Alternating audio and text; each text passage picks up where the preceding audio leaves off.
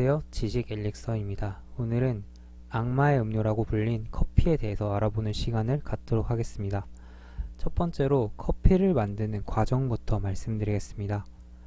커피 체리에서 씨앗을 꺼냅니다. 그리고 씨앗의 껍질을 벗기고 말리면 생두가 됩니다.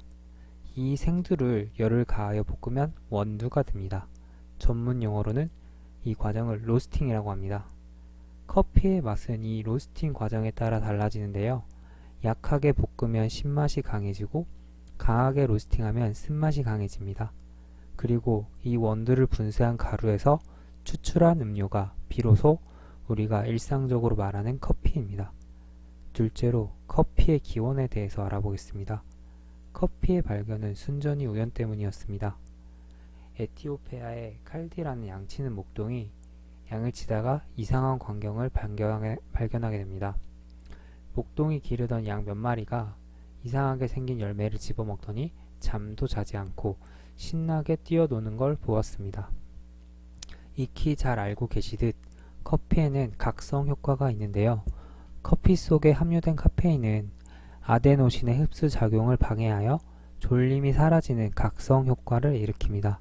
양들에게 각성 효과가 일어난 것이죠.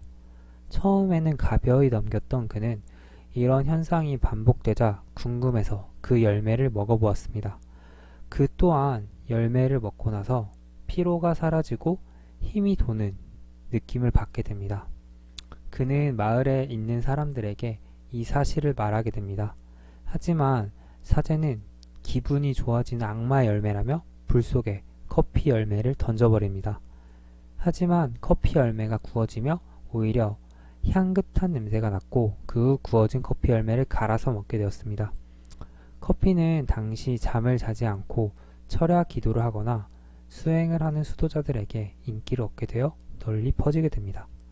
커피는 6세기경 에티오피아가 예멘 지역을 공격하면서 예멘으로 전파되었습니다.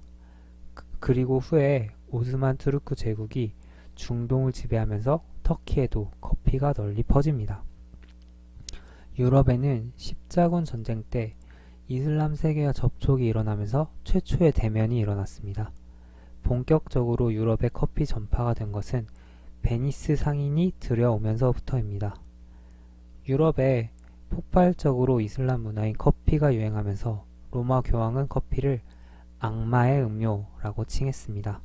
하지만 후에 교황은 커피의 맛과 향에 감탄하며 커피의 세례를 내리게 됩니다. 이후 유럽에는 사교의 장소이자 토론의 장인 커피하우스라는 공간이 유행하게 됩니다.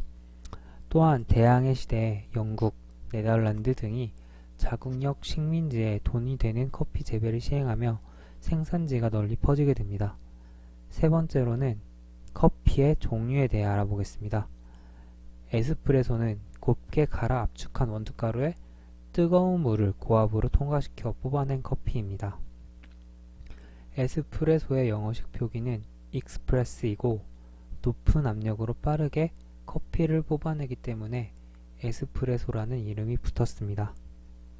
에스프레소는 빠르게 뽑아내기 때문에 카페인의 양이 적고 커피 본연의 맛을 느낄 수 있습니다. 에스프레소에서는 옅은 갈색 크림층을 확인할 수 있는데요.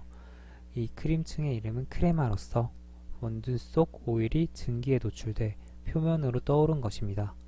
크레마 속에는 커피향이 진하게 녹아 있으니 음미해 보시면 좋을 것 같습니다. 두 번째 커피는 한국인이 사랑하는 아메리카노입니다. 아메리카노는 이탈리아어로 미국인이라는 뜻인데요. 에스프레소에 물을 더해 연하게 마시는 에스프레소라고 할 수 있습니다. 이런 명칭이 생긴 유래는 2차 세계대전 때 이탈리아의 주둔한 미군이 에스프레소는 너무 써서 입에 맞지 않아 물에 타먹었다고 합니다. 이 모습을 본 이탈리아 군인들이 미국인들이 마시는 커피라고 불려서 아메리카노라는 명칭이 생겼다고 합니다. 에스프레소와 우유를 결합한 커피는 카페라떼라고 합니다. 이탈리아어로는 우유커피라는 뜻입니다.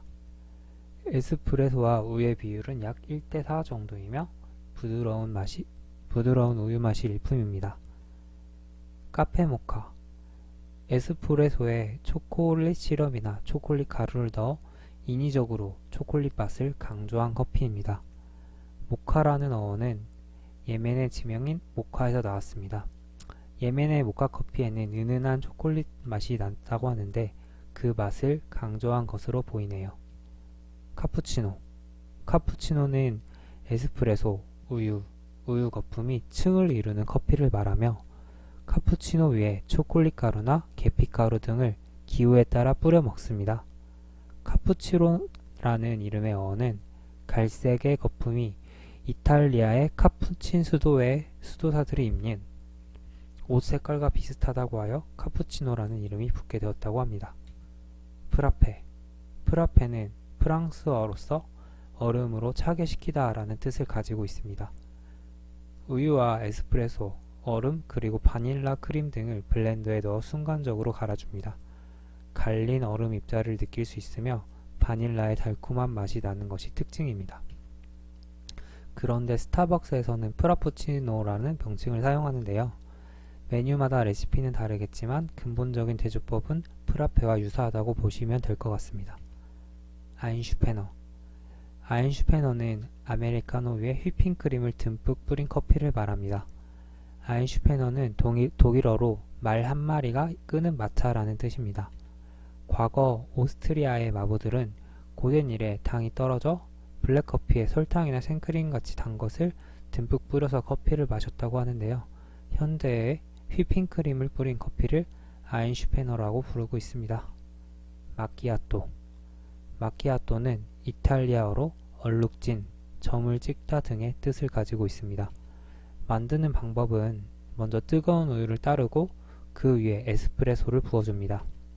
나중에 부은 에스프레소가 우유 거품을 뚫으면서 갈색 흔적을 남기게 되는데 이것을 마키아토라고 하며 바닐라 시럽과 카라멜 드리즐을 추가하면 카라멜 마키아토가 됩니다. 콜드브루. 차갑다는 뜻의 콜드와 우려내다라는 브루의 어원을 가지고 있는 커피 추출 방식입니다.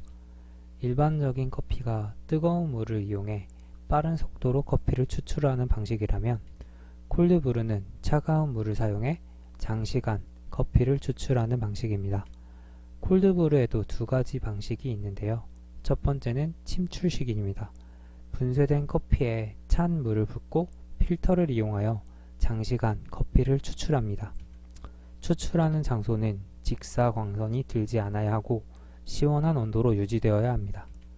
두 번째 방식은 점출식이라고 하여 한 방울씩 물을 떨어뜨려 커피를 추출하는 방식입니다. 이와 같은 방식으로 추출된 콜드브루 커피는 일반 커피에 비해 상대적으로 쓴맛이 적고 부드럽습니다. 니트로 커피. 니트로 커피는 질소 커피라고도 합니다. 주로 콜드브루 커피에 질소를 주입합니다. 주입된 질소 입자는 커피 입자의 산화 시간을 늦춰 부드러운 맛을 오래 유지시켜줍니다. 뿐만 아니라 커피 속에 주입된 질소는 생맥주처럼 위에 거품층을 형성해 보는 맛도 느끼게 해줍니다. 지식 엘릭서. 즐겁게 보셨다면 구독과 좋아요 부탁드리겠습니다.